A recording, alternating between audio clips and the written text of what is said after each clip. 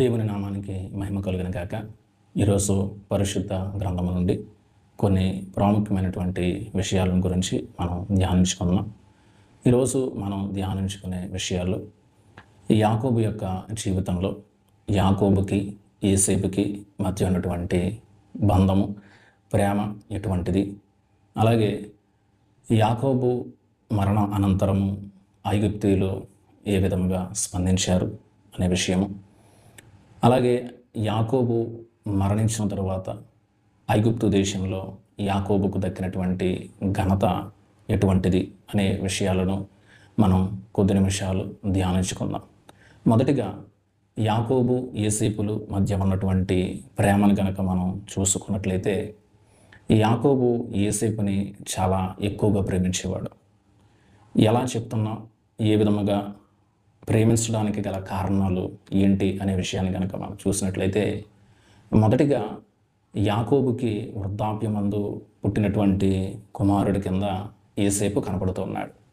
ఇది మొదటి కారణమైతే, రెండవ కారణము మరి తాను ఎంతో ప్రేమించినటువంటి రాహేలుకు పుట్టినటువంటి కుమారుడు. మరి రాహేలును బట్టి, రాహేలు కొరకు, రాహేలుని వివాహం చేసుకోవడం కొరకు మరి యాకోబు సుమారుగా 14 సంవత్సరాలు కొలువు చేయడం అనేది మనం చూస్తూ ఉన్నాం. అంటే రాహేలుని మరి యాకోబు ఎంతలా ప్రేమించాడు అనే విషయాలు మనకి ఇక్కడ అర్థమవుతూ ఉంటాయి. 14 సంవత్సరాలు కొలువు చేయగా మరి ₹1 కూడా తన మామైనటువంటి లాబాను దగ్గర యాకోబు డబ్బులు తీసుకోలేదు. అలాంటి ప్రాయంలో రాహేలుకి మరి చాలా సంవత్సరాలు గర్భఫలం లేకపోవడం, మరి చాలా సంవత్సరాల తర్వాత మరి యాకోబు కుమారుడిగా రాహేలు గర్భాన యోసేపు జన్మించడం, ఇది రెండవ కారణం. ఇక మూడవ కారణాన్ని కనుక మనం చూసినట్లయితే, యాకోబుకి యోసేపు వృద్ధాప్యంలో జన్మించగా మరి తన అన్నలైనటువంటి వారందరూ కూడా మరి తన తండ్రి యొక్క మందలను మేపడానికి వెళ్ళిన ప్రాయంలో ఈ చిన్న కుమారుడిగా ఉన్నటువంటి యోసేపు తండ్రి దగ్గర గడపడం మనం చూస్తూ ఉన్నాం. మరి తండ్రితో ఎక్కువ సమయాన్ని గడపడం, అలాగే తండ్రి వృద్ధాప్యంలో ఉండడం, ఈ విషయాలను బట్టి మరి యాకోబుకి యోసేపుకి మధ్య ప్రేమ అనేది ఎక్కువగా ఉండడం మనం చూస్తూ ఉన్నాం. అందుకే కదా ఆదికాండము 37వ అధ్యాయంలో మనకి 3వ వచనంలో కనుక మనం చూసినట్లయితే, ఇక్కడ యోసేపు కొరకు ఒక ప్రత్యేకమైనటువంటి వస్త్రాన్ని తన తండ్రి మరి కుట్టించడం అనేది మనం చూస్తూ ఉన్నాం. అంటే ఎంతో ప్రేమించాడు యాకోబు యోసేపుని. తన అన్నల కంటే, మరి తన అన్నలందరికంటే కూడా ఎక్కువగా యోసేపుని యాకోబు ప్రేమించడం మనం చూస్తూ ఉన్నాం. మరి ఎప్పుడైతే ఈ యొక్క అన్నలు తన తమ్ముడైనటువంటి యోసేపుని చంపేశారు, మరి చంపేశాము అని తండ్రికి ఎప్పుడైతే వారు తెలియపరుచున్నారో, మరి ఆ సందర్భంలో కూడా తన కుమారుడైనటువంటి యోసేపు యొక్క మరణాన్ని జీర్ణించుకోలేకపోయాడు. మరి ఎంతో దుఃఖించాడు, ఎంతో వేదన పడ్డాడు. మరి ఆ యొక్క కుమారుడు లేనటువంటి బాధని తట్టుకోలేక మరి కొన్ని మాటలు కూడా అక్కడ యాకోబు పలుకుతూ ఉన్నాడు. ఈ విషయాలన్నీ కూడా ఆదికాండము మరి 37వ అధ్యాయము 35వ వచనంలో మనకి కనపడుతూ ఉంటాయి. అంటే అక్కడ యాకోబు మాట్లాడుతున్నటువంటి మాటలను కనుక మనం చూసినట్లయితే, నా కుమారుడు లేడు, నేను చనిపోతాను, నేను ఇక్కడ ఉండడానికి నాకు ఇష్టం లేదు అనే విషయాలు మరి అక్కడ మనకి కనపడుతూ ఉన్నాయి. కాబట్టి ఈ మాటలను బట్టి యాకోబు తన చిన్న కుమారుడైనటువంటి యోసేపుని చాలా ఎక్కువగా ప్రేమించడం అనేది మనం చూస్తూ ఉంటాం.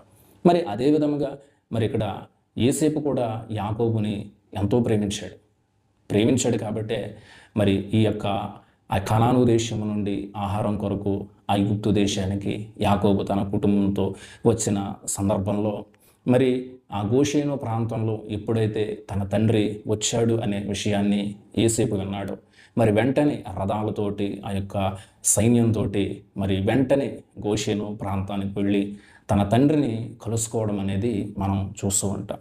అంటే ఇక్కడ యాకోబు యోసేపుని ఎంతో ప్రేమించాడు, అలాగే యోసేపు కూడా తన తండ్రి అయినటువంటి యాకోబును ఎంతో ప్రేమించడం అనేది మనం చూస్తూ ఉంటాం. అందుకే కదా ఈ యొక్క ఆదికాండము 50 అధ్యాయంలో కూడా కొన్ని మాటలు మనకి కనపడుతూ ఉంటాయి. అంటే యాకోబుకి యోసేపుకి మధ్య ఉన్నటువంటి ప్రేమని తెలియపరిచే మాటలు మనకి ఇక్కడ కనపడుతూ ఉంటాయి. ఒకసారి చూద్దాం. ఆదికాండము 50వ అధ్యాయంలో మరి ఎప్పుడైతే యాకోబు చనిపోయాడు, యాకోబు చనిపోయినటువంటి అనంతరం ఐగుప్తు దేశంలో 147 సంవత్సరాలు ఉన్నటువంటి యాకోబు మరణించిన తర్వాత ఆ మరణాన్ని బట్టి యోసేపు మరి ఎంతో దుఃఖించి ఉన్నాడు.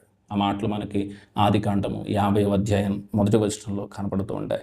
యోసేపు తన తండ్రి ముఖము మీద పడి అతని గూర్చి ఏడ్చి అతని ముద్దు పెట్టుకొనాడు.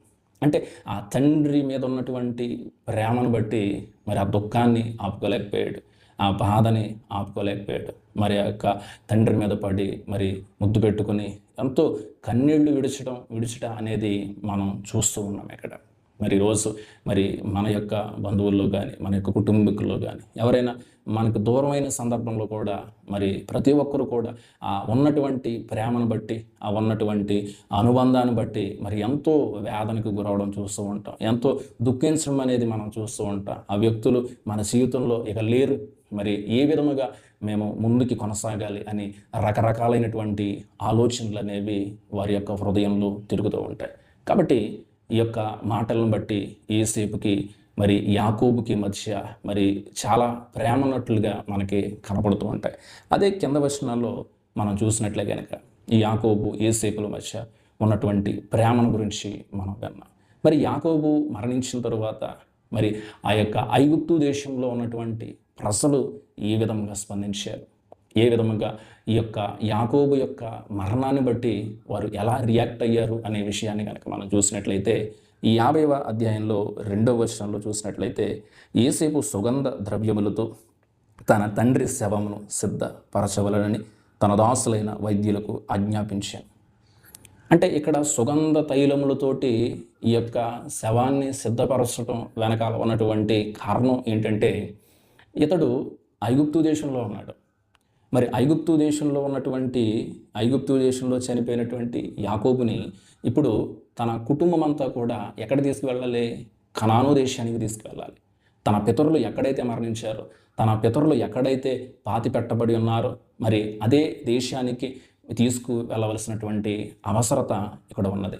కాబట్టి మరి ఈ ఐగుప్తు దేశము నుండి కనాను దేశం వెళ్ళడం అంటే మరి చిన్న విషయం కాదు. సుమారుగా 400 నుండి 500 మైళ్ళ దూరం ప్రయాణం చేయవలసి ఉంటుంది.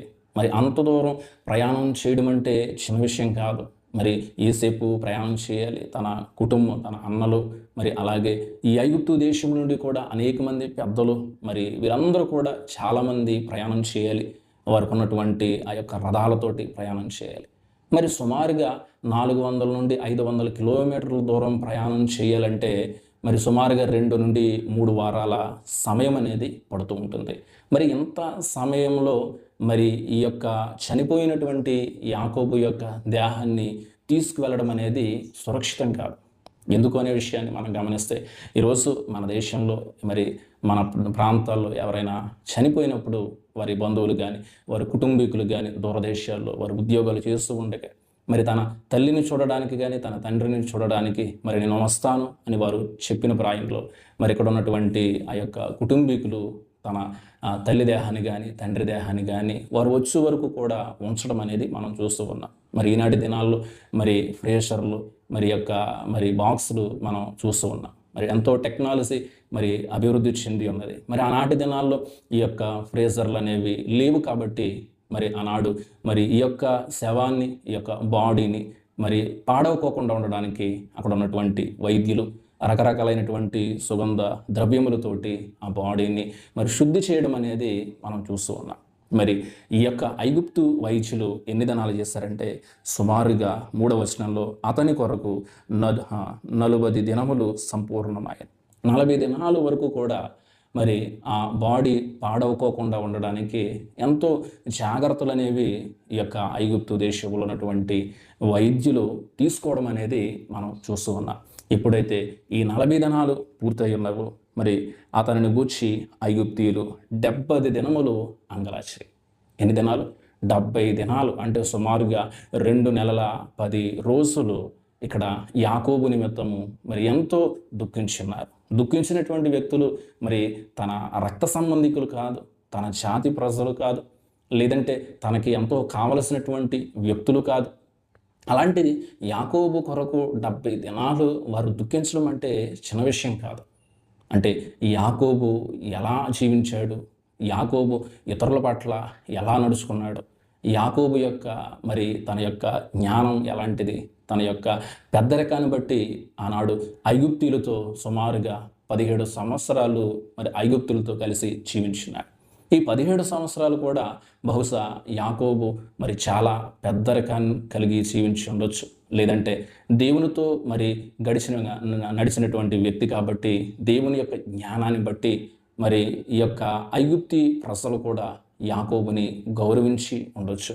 ఇది ఒక కారణం అయితే, రెండవ కారణము మరి ఈ ఐగుప్తు దేశంలో ఉన్నటువంటి ప్రజలందరూ కూడా చనిపోయే స్థితికి, అంటే తన కలిగినటువంటి కరువును బట్టి దేశమంతా కూడా నాశనం అయిపోయే పరిస్థితుల్లో ఉన్నప్పుడు యేసేపు యొక్క జ్ఞానాన్ని బట్టి తన దేశ ప్రజల్ని కాపాడి ఉన్నాడు అనే ఒక కృతజ్ఞత కలిగి ఇక్కడ ఇటువంటి ఒక గౌరవాన్ని, ఇటువంటి ఒక ప్రేమని యాకోబు పట్ల ఐగుప్తి ప్రజలు కలిగి ఉండొచ్చు. ఏది ఏమైనప్పటికీ కూడా మరి ఈ యొక్క ఐగుప్తి ప్రజలు యాకోబు యొక్క మరణాన్ని బట్టి మరి వారు 70 దినాలు వారు ఎంతో దుఃఖించుండుట మనం చూస్తూ ఉంటాం. ఈనాడు ఇశ్రాయేలు యొక్క ప్రజలు కూడా మరి ఆనాడు మోషే మరణించినటువంటి ప్రాయంలో ఆ యొక్క మోయాబు మైదానంలో సుమారుగా 30 దినాల వరకు కూడా వారు దుఃఖించినటువంటి దినాలు మనకి కనపడుతూ ఉంటాయి. ఈ మాటలన్నీ కూడా ద్వితీయోపదేశకాండము 34వ అధ్యాయము 8వ వచనంలో మోషేని గురించినటువంటి ఆ దుఃఖ దినాలు, ఇశ్రాయేలీయులు దుఃఖించినటువంటి 30 దినాలను గురించి మనకి కనపడుతూ ఉంది. కాబట్టి ఈరోజు మనం ఏ దేశంలో ఉన్నా, ఏ ప్రాంతంలో ఉన్నా సరే, మనం ఇతరులకి మేలు చేసే విధానంలో కనుక మనం జీవించగలిగినట్లయితే ఖచ్చితంగా మరి మనకి కూడా ఒక గౌరవం అనేది ఏర్పడుతూ ఉంటుంది. కాబట్టి ఎప్పుడైతే ఈ 70 దినాలు అంగలార్చారో, మరి 70 దినాలు అంగలార్చిన తర్వాత మరి ఇక్కడ యాకోబు యోసేపు దగ్గర ఒక ప్రమాణం చేయించుకున్నాడు. ఏంటి ఆ ప్రమాణం అంటే, మరి నేను ఈ దేశంలో మరణించినప్పటికీ కూడా నా దేహం అనేది నా పితరుల యొద్దకు నేను చేర్చబడాలి అని ఒక మాట, ఒక ప్రామిస్ అనేది యోసేపు యొద్ద నుండి యాకోబు తీసుకోవడం మనం చూస్తూ ఉన్నాం. ఎప్పుడైతే ఆ మాట యాకోబు తీసుకున్నాడో, మాట చొప్పున తండ్రికి ఇచ్చినటువంటి మాటను బట్టి ఇక్కడ యాకోబు ఏం చేస్తున్నాడంటే తన తండ్రి యొక్క దేహాన్ని ఎక్కడ తీసుకువెళ్తున్నాడు? కనాను దేశానికి తీసుకువెళ్ళడానికి ప్రయత్నాలు చేస్తున్నాడు. ఇక్కడ మీరు గమనించినట్లయితే మరి ఈ ఐగుప్తు దేశంలో, మూడో మాటగా ఐగుప్తు దేశంలో ఈ యొక్క యాకోబుకి ఎటువంటి ఘనత దక్కింది, ఎటువంటి ఆధిక్యతను కలిగి ఉన్నాడు, ఎటువంటి గౌరవాన్ని సంపాదించుకున్నాడు అనే విషయాలు కనుక మనం చూసినట్లయితే ఇక్కడ తండ్రిని బట్టి ఇక్కడ ఫరో దగ్గరికి ఇక్కడ యోసేపు వెళ్ళి మాట్లాడడం మనం చూస్తూ ఉన్నాం. ఇక్కడ గమనించినట్లయితే మరి కరువు దినాలు అయిపోయినాయి. కరువు దినాలు అయిపోయిన తర్వాత సుమారుగా 12 సంవత్సరాలు మరి ఈ యొక్క యోసేపుకి ఫరోకి మధ్య ఉన్నటువంటి ఆ అనుబంధం కొంచెం తగ్గి ఉండొచ్చు. ఎందుకంటే కరువును బట్టి ఎక్కువ సమయాన్ని వీరిరువురు కూడా ఫరో యోసేపు గడపడం చూస్తున్నాం. మరి కరువు దినాలు అయిపోయిన సమయాన మరి వీరికి పరిచయం అనేది కాస్త తగ్గి ఉండొచ్చు. అయినప్పటికీ కూడా ఈ యొక్క తండ్రి మరి మృతదేహాన్ని కనాను దేశానికి తీసుకువెళ్ళడానికి ఐగుప్తు యొక్క ఆ యొక్క ఫరో యొక్క ఆస్థానంలో ఉన్నటువంటి ఆ యొక్క అధిపతులకి ఎప్పుడైతే విషయం తెలియపరిచాడో, ఈ విషయాలన్నీ కూడా తీసుకుని వెళ్ళి మరి ఫరోకి ఆ యొక్క అధిపతులు, ఆ యొక్క ఉద్యోగస్తులు చెప్పడం అనేది మనం చూస్తూ ఉన్నాం. ఎప్పుడైతే మాటలు చెప్పాడో, మరి మనం ఇతరులకు ఏదైనా సహాయం చేస్తే ఆ సహాయాన్ని ఎప్పుడు కూడా మనం మర్చిపోకూడదు. ఇక్కడ యోసేపు నుండి యాకోబు ఫరో ఎంతో సహాయాన్ని పొందాడు. మరి చేసినటువంటి ఆ సహాయాన్ని ఇక్కడ ఫరో మర్చిపోలేదు. చాలా సానుకూలంగా స్పందించాడు.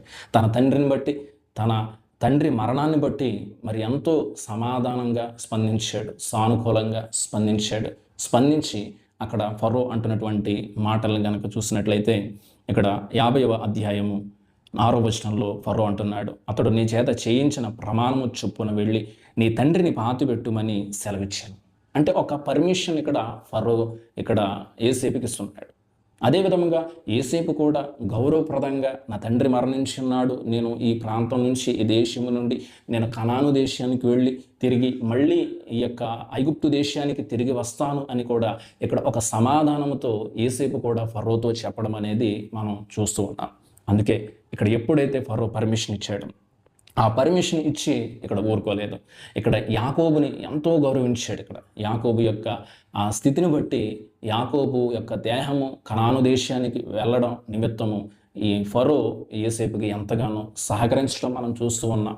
ఆ కుటుంబానికి ప్రాముఖ్యంగా యాకోబుకి ఫరో ఇచ్చినటువంటి గౌరవం అనేది ఇక్కడ మనకి కనపడుతుంది. చూసినట్లయితే ఇక్కడ 7వ వచనంలో అతనితో ఫరో ఇంటి పెద్దలైన అతని సేవకులందరూ, ఐగుప్తు దేశపు పెద్దలందరూ, యోసేపు ఇంటి వారందరూ, అతని సహోదరులు, అతని తండ్రి ఇంటి వారును వెళ్ళిరి. అంటే ఇక్కడ యోసేపు కుటుంబీకులు కనాను దేశానికి వెళ్ళడం పెద్ద విషయం కాదు. కానీ ఇక్కడ ఫరో ఆస్థానంలో ఉన్నటువంటి పెద్దలు కానీ, అధిపతులు కానీ, పెద్ద పెద్ద ఉద్యోగంలో ఉన్నటువంటి వారందరూ కూడా ఈ యోసేపు తండ్రి అయినటువంటి యాకోబు యొక్క ఆ దేహముతోటి, ఆ యొక్క బాడీతోటి వారు కనాను దేశానికి వెళ్ళడం అనేది చిన్న విషయం కాదు. అంటే ఎంత ఇక్కడ గౌరవిస్తున్నాడంటే ఫరో యాకోబుని, యోసేపుని బట్టి మరి ఎంతో గౌరవంతో, గౌరవప్రదంగా తన యొక్క ఆ దేహాన్ని కనాను దేశానికి మర్యాదపూర్వకంగా ఒక గౌరవంతోటి పంపించడం అనేది మనం చూస్తూ ఉన్నాం. ఈరోజు మరి చనిపోయినటువంటి వ్యక్తుల పట్ల మనం గౌరవాన్ని కలిగి ఉండాలి. ఈరోజు ఎవరైనా మరణిస్తే ఆ మరణాన్ని బట్టి మరి ఆ భూస్థాపన కార్యక్రమం అనేది ఎప్పుడు కూడా క్రమముగా ఉండాలి, మర్యాదగా ఉండాలి. దేవుని నామానికి మహిమకరంగా ఆ భూస్థాపన కార్యక్రమం అనేది జరగాలి. ఇక్కడ యాకోబు యొక్క భూస్థాపన కార్యక్రమం ఎంతో క్రమముగా జరుగుతుంది, మర్యాదగా జరుగుతుంది, సమాధానంగా జరుగుతుంది. మరి ఇటు యోసేపు కనాను దేశానికి వెళ్తున్నాడు, ఇటు తన అన్నలు కనాను దేశానికి వెళ్తున్నారు. అలాగే ఫరో ఆస్థానంలో ఉన్నటువంటి పెద్దలు, నాయకులు, ఉద్యోగస్తులు వీరందరూ కూడా మరి ఈ యొక్క యాకోబుతోటి, ఆ యొక్క పార్థివ దేహంతో వారు కనాను దేశానికి ప్రయాణమై వెళ్ళడం అనేది మనం చూస్తూ ఉన్నాం. కాబట్టి ఎప్పుడైతే వీరు ప్రయాణమయ్యారు, మరి వారి యొక్క యోసేపు యొక్క కుటుంబీకులు, వారి యొక్క భార్యలు కానీ, వారి యొక్క బిడ్డలు కానీ వారందరూ కూడా ఐగుప్తులో ఉండిపోవడం చూస్తున్నారు. వీరందరూ కూడా వారు బయలుదేరినటువంటి తీరు కనుక మనం చూసినట్లయితే మనం చదువుకుందాం. వారు రథములను, 9వ వచనం, మరియు రథములను, రౌతులను అతనితో వెళ్ళినందున ఆ సమూహము బహు విస్తారమాయ. అంటే ఎలా వెళ్తున్నారు వీళ్ళు? ఐగుప్తు రథాలతో వెళ్ళడం అంటే, ఆ రౌతులతోటి వెళ్ళడం అంటే మరి చిన్న విషయం కాదు. ఐగుప్తు ఆస్థానంలో ఉన్నటువంటి సకల మర్యాద చొప్పున అక్కడ ఈ యొక్క యాకోబు యొక్క భూస్థాపన కార్యక్రమం అనేది జరుగుతుంది. ఐగుప్తులో మరి ఒక గొప్ప స్థితిలో ఉన్నటువంటి వ్యక్తులు, ధనికులు చనిపోతే వారికి ఎటువంటి గౌరవప్రదమైనటువంటి భూస్థాపన కార్యక్రమం జరుగుతుందో ఇక్కడ కూడా యాకోబుకి అటువంటి గౌరవప్రదమైనటువంటి భూస్థాపన కార్యక్రమం అనేది జరుగుతూ ఉంది. మొత్తం కుటుంబం వెళ్తుంది, ఐగుప్తులో ఉన్నటువంటి ఉద్యోగస్తులు వెళ్తున్నారు, నాయకులు వెళ్తున్నారు, పెద్దలు వెళ్తున్నారు, యోసేపు వెళ్తున్నాడు. అసలు ఆ రథాలతోటి, గుర్రాలతోటి వారు ప్రయాణమై వెళుతూ ఉండగా ఆ యొక్క గౌరవం ఎంతో గొప్పది, యాకోబుకి దక్కినటువంటి గౌరవం అనేది. అందుకే కింద విషయాల్లో 11వ వచనంలో ఇక్కడ చూసినట్లయితే యొర్దానుకు అవతలనున్న అటదు కళ్ళమునొద్దకు చేరి అక్కడ బహు ఘోరముగా అంగలార్చిరి. అతని తండ్రిని గురించి 7 దినములు దుఃఖము సలిపెను. అంటే అక్కడ ఉన్నటువంటి అటదు అనే మైదానానికి ఎప్పుడైతే వారు చేరుకున్నారో ఆ మైదానంలో అక్కడ ఉన్నటువంటి ఐగుప్తీయులు అందరూ కూడా ఈ పార్థివ దేహంతో ఎవరైతే వచ్చి ఉన్నారో వారందరూ కూడా ఈ యొక్క యాకోబు యొక్క మరణాన్ని బట్టి ఎంతో దుఃఖించున్నారు. ఈరోజు క్రైస్తవులుగా ఉన్నటువంటి మనం ఒకరు సంతోషంలో మనం కూడా సంతోషాన్ని పంచుకోవాలి. ఒకరు దుఃఖిస్తూ ఉంటే వారి దుఃఖంలో మనం కూడా ఆ దుఃఖాన్ని పంచుకునే బిడ్డలుగా మనం ఉండాలి. ఈరోజు యాకోబు యొక్క జీవితంలో మరి తన కాని ప్రజలు, ఐగుప్తి ప్రజలు కూడా యాకోబు యొక్క మరణాన్ని బట్టి ఎంతగానో వారు దుఃఖించడం అనేది మనం చూస్తూ ఉన్నాం. చూడండి 11వ వచనంలో ఆ దేశమందు నివసించిన కనానీయులు అటదు కళ్ళమనొద్ద ఆ దుఃఖము నలుపుడు చూచి ఐగుప్తీయులకు ఇది మిక్కటమైన దుఃఖమని చెప్పుకొనిరి కనుక దానికి ఆబేల్ మిస్రాయిము అను పేరు పెట్టబడెను. ఐగుప్తీయులకు దుఃఖము అంటే తోటి సహోదరుడు చనిపోతే తన జాతి కాని వాడి గురించి ఇక్కడ ఐగుప్తీయులందరూ కూడా ఎంతో దుఃఖించడం అనేది మనం చూస్తూ ఉన్నాం. కాబట్టి ఇంకా ఈ సందర్భంలో ఆ యొక్క అతని కుమారులు అతని విషయమై అతడు వారికి ఆజ్ఞాపించినట్లు చేశారు.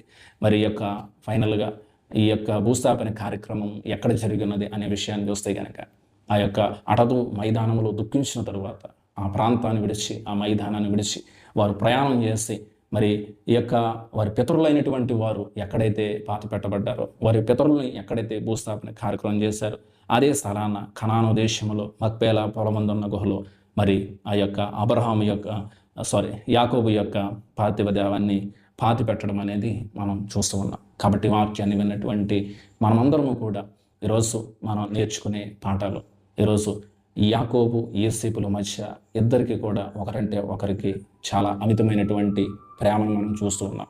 కాబట్టి మనం కూడా ఇతరులతో ప్రేమించే విధానంలో మనం జీవించాలి. రెండవదిగా యాకోబు యొక్క మరణం అనంతరము తన యొక్క భూస్థాపన కార్యక్రమం విషయంలో ఐగుప్తీయులు ఎంతగానో దుఃఖించున్నారు. అలాగే మనం కూడా ఇతరులు కష్టాల్లో ఉంటే మనం కూడా ఆ కష్టాన్ని పాలు పంచుకునే బిడ్డలుగా ఉండటకు పరిశుద్ధాత్మ దేవుడు సహాయము చేయనుగాక. ఆమేన్.